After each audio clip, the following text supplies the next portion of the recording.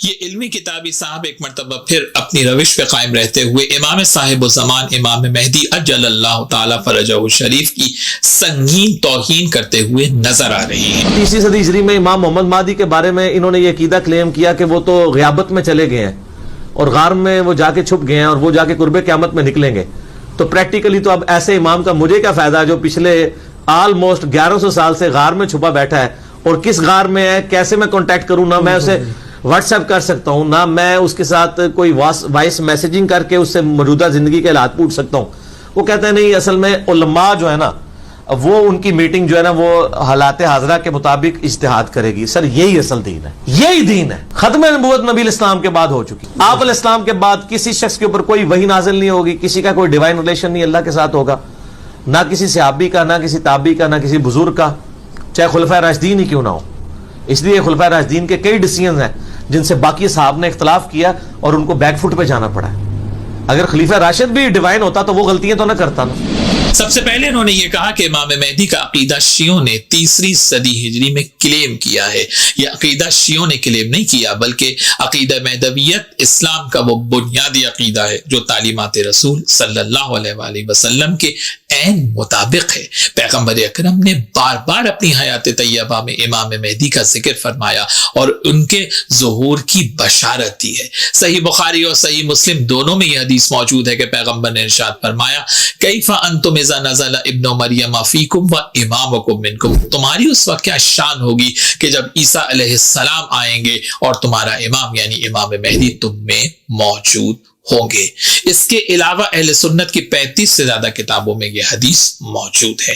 کئی روایات آپ کو ملیں گی، کہیں پیغمبر نے ارشاد فرمایا المہدی من اطرتی، مہدی میری اطرت میں سے ہوں گے، میرے اہل بیت میں سے ہوں گے، کہیں کہا میری اولاد میں سے ہوں گے۔ حاکم نے مستدرک علی الصحیحین میں لکھا، مسند احمد ابن حنبل میں موجود ہے، صحیح ترمذی میں موجود ہے، سنن ابی داؤد میں موجود ہے، ابن ماجہ میں موجود ہے اور دیگر کتب کے اندر موجود ہے کہ پیغمبر اکرم صلی اللہ علیہ وسلم نے ارشاد فرمایا المہدی من اطرتی من ولد فاطمہ، مہدی میری اولاد میں سے میری بیٹی حضرت فاطمہ زہرا سلام اللہ علیہا کی اولاد میں ہوں گے۔ سنن ابی داؤد، حاکم کی مستدرک، سنن ابن ماجہ اور دیگر کتب میں یہ احادیث کئی مقامات کے اوپر موجود ہیں۔ اس کے بعد رسول اللہ صلی اللہ علیہ وسلم نے یہ بھی بتا دیا کہ امام مہدی حضرت فاطمہ زہرا سلام اللہ علیہا کی اولاد میں 11ویں امام امام حسن عسکری علیہ السلام کے فرزند ہیں، اور حوالہ بھی کسی شیعہ کتاب کا نہیں ہے۔ شیخ سلیمان قندوزی جو حنفی المذہب بزرگ ہیں، ان کی کتاب ینابع المودہ کا ہے کہ جابر بن عبداللہ انصاری رضی اللہ تعالیٰ عنہ سے روایت ہے کہ جب کسی نے آ کے رسول اللہ سے پوچھا کہ آپ کے بعد اوصیاء کتنے ہوں گے، تو رسول اللہ نے 12 اماموں کے نام حضرت علی بن ابی طالب سے لے کر امام صاحب الزمان تک ما بلدیت القاب بلکہ کنیتیں تک بتائیں، اور اس کے بعد رسول اللہ نے ارشاد فرمایا، یہ پوری روایت آپ کو سامنے اسکرین پر نظر آ رہی ہے، اور آخر میں پیغمبر نے کہا کہ 11ویں امام میرے 11ویں وصی حسن عسکری ہوں گے اور ان کے بیٹے مہدی ہوں گے جو غیبت میں چلے جائیں گے، اور اس کے بعد وہ ظہور کریں گے اور زمین کو عدل و انصاف سے بھر دیں گے جبکہ وہ ظلم و جور سے بھری ہوئی ہوگی۔ اگر اہل سنت کی ان تمام کتابوں کی فہرست بنائی جائے کہ جن میں امام صاحب الزمان کی ولادت، آپ کا غیبت میں جانا، آپ کا ظہور کرنا، ان تمام امور کے متعلق روایات اگر دیکھی جائیں تو تقریباً 120 سے زیادہ اہل سنت کی کتابوں میں یہ تمام روایات موجود ہیں۔ ان کتب میں بروج الذہب مسعودی کی، کفایت الطالب گنجی شافعی کی، شبلنجی کی نور الابصار ہے، مطالب السؤول ہے، تاریخ خمیس زیار بکری کی ہے، عبد الرحمن جامی کی شواہد النبوہ ہے، ابن اسیر جزری نے نقل کیا ہے، ابن صباغ مالکی نے الفصول المہمہ میں نقل کیا ہے، ہموینی نے فرائد السمتین میں نقل کیا ہے، عبد الوہاب شعرانی نے الیواقیت والجواہر کے اندر نقل کیا ہے، محی الدین عربی نے فتوحات مکیہ میں نقل کیا ہے، اور صاحب فتوحات مکیہ نے تو امام مہدی علیہ السلام کا پورا شجرہ نسب بیان کیا ہے۔ یعنی اہل سنت کی کتابیں بھری پڑی ہیں کہ امام صاحب الزمان کے متعلق جو احادیث پیغمبر اکرم نے ارشاد فرمائی ہیں، اور یہ مسلمانوں کا مسلمہ عقیدہ ہے۔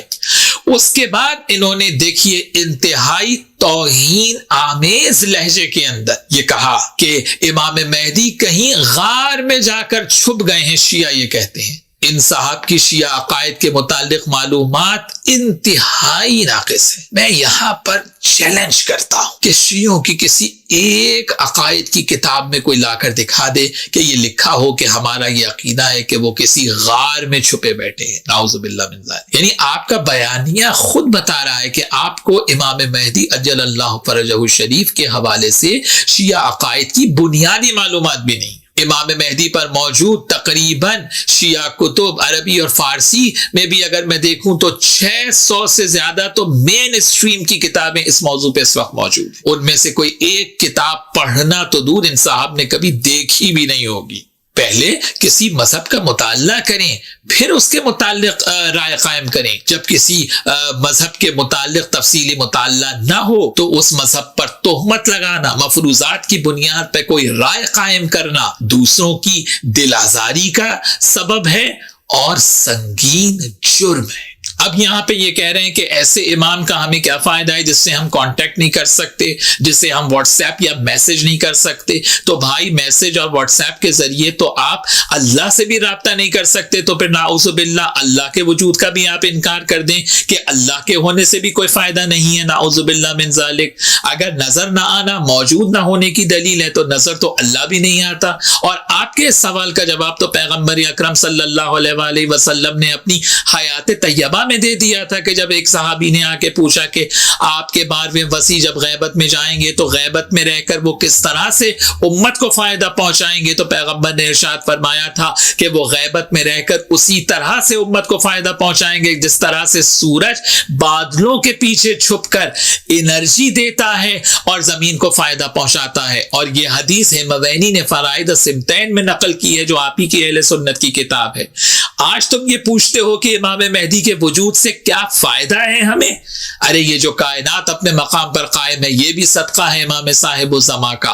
اور یہ بھی میں شیعہ کتاب کی بات نہیں کر رہا. احمد ابن حنبل کی فضائل صحابہ میں امام احمد ابن حنبل نے پیغمبر اکرم کی حدیث نقل کی کہ پیغمبر نے ارشاد فرمایا اہل بیتی امان لأہل الارض فاذا ذهب اہل بیتی ذهب اہل الارض، کہ میرے اہل بیت اس دنیا کے لیے امان کا باعث ہیں، دنیا کے قائم رہنے کا سبب میرے اہل بیت ہیں. اگر اہل بیت کا وجود ختم ہو جائے تو یہ کائنات اپنے مقام پر باقی نہیں رہ سکتی. تو اب تو اس بات کو دنیا مانے کہ اہل بیت رسول میں سے ایک پردہ غیب میں موجود ہے جس کی برکت سے جس کے سبب سے یہ کائنات کا نظام باقی ہے. اسی لیے ہمارا یہ عقیدہ ہے کہ جو سانس ہم لے رہے ہیں یہ بھی لطف و کرم ہے امام صاحب الزما کا.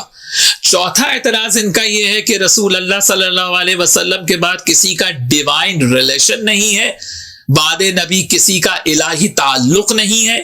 یہاں پر میں حوالہ دوں مفتی نظام الدین شامزی کی کتاب عقیدہ ظہور مہدی، تعلق دیوبند مسلک سے. انہوں نے دیکھیے کتاب کے پہلے ہی صفحے پہ امام مہدی کے ذیل میں کیا لکھا کہ آپ کا علم لدنی خدا داد ہوگا. اور مفتی شامزئی نے کس کتاب سے نقل کیا ہے اس کا حوالہ بھی میں دے دوں. مولانا بدر عالم مدنی کی کتاب تعلق ندوۃ العلماء دیوبند مسلک سے، ان کی کتاب ہے ترجمان السنہ، اس کی 4 جلد کے صفحہ 373 کے اوپر امام صاحب الزما کے ذیل کے اندر انہوں نے بھی لکھا کہ آپ کا علم لدنی خدا داد ہوگا. اب آپ مجھے بتائیے کہ ڈیوائن ریلیشن اور علم لدنی یہ 2 چیزیں لازم و ملزوم ہیں، یہ 2 چیزیں ایک دوسرے سے جدا نہیں ہو سکتی.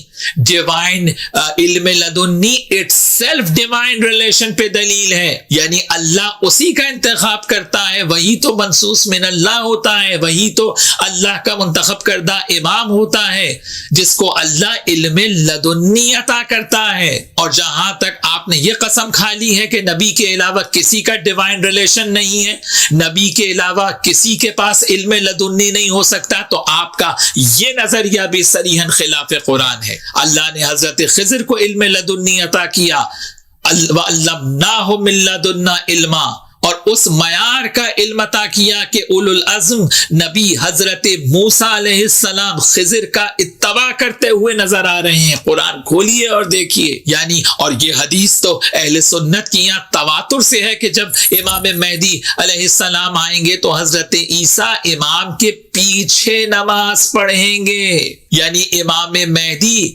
اولو العزم نبی کی امامت کریں گے. مجھے بتائیے کس بنیاد پر امام مہدی علیہ السلام حضرت عیسیٰ کے آگے کھڑے ہوں گے؟ علم ہی کی بنیاد پر نا. اور حضرت عیسیٰ کو کون سا علم ملا ہے؟ آتانی الکتاب وجعلنی نبیا، جو علم سیکھ کر حاصل نہیں کیا جاتا بلکہ وہ علم اللہ نے گہوارے میں حضرت عیسیٰ کو عطا کیا تھا. تو اب آپ مجھے یہ بتائیے کہ جو امام مہدی علیہ السلام کا علم ہوگا وہ بھی تو اسی سنخیت کا ہونا چاہیے نا، ورنہ عیسیٰ کے ہوتے ہوئے نماز کی امامت کیسے کریں گے وہ؟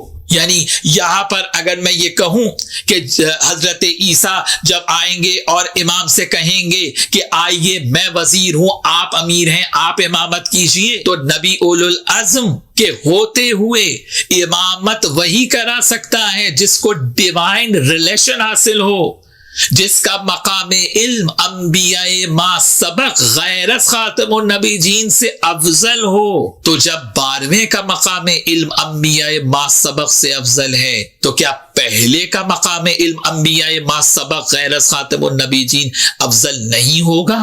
اور آج پوری امت انتظار کر رہی ہے امام صاحب الزمان کے آنے کا. تو میں یہاں پر سوال پوچھتا ہوں کہ امت مل کر خود کسی کو امام کیوں نہیں بنا لیتی؟ زمین میں عدل و انصاف بھی قائم ہو جائے گا، حضرت عیسیٰ کا ظہور بھی ہو جائے گا. تو اس کا معنی یہ ہے کہ امام مہدی علیہ السلام کا انتخاب اللہ نے کیا ہے. تو جب 12ویں کا انتخاب اللہ نے کیا ہے تو فلن تجد لسنت اللہ تبدیلا، اللہ کا قانون، اللہ کی شریعت تبدیل تو نہیں ہوتی. آج کوئی نئی شریعت تو نہیں آ گئی، آج کوئی نیا قرآن تو نازل نہیں ہو گیا. تو جب 12ویں کا انتخاب اللہ نے کیا ہے تو پھر پہلے امام کا انتخاب بھی تو اللہ ہی نے کیا ہوگا، کیونکہ یہ دین اللہ کا دین ہے. ہادی کا انتخاب بھی اللہ کرتا ہے، بندوں کو حق حاصل نہیں ہے کہ وہ اللہ کے دین میں دخالت کریں. تو جب پہلے کا انتخاب بھی اللہ نے کیا تھا تو قیامت تک لعنت ہوگی ان کے اوپر کہ جنہوں نے علی بن ابی طالب علیہ السلام کی راہ حق سے امت کو بھٹکا دیا.